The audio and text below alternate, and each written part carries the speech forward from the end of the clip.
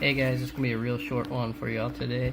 I'm working on a 2007 GMC Yukon right now, and the person brought me one with the common dead MOSFET on it. But I just want to show you, this is a so-called professional repair.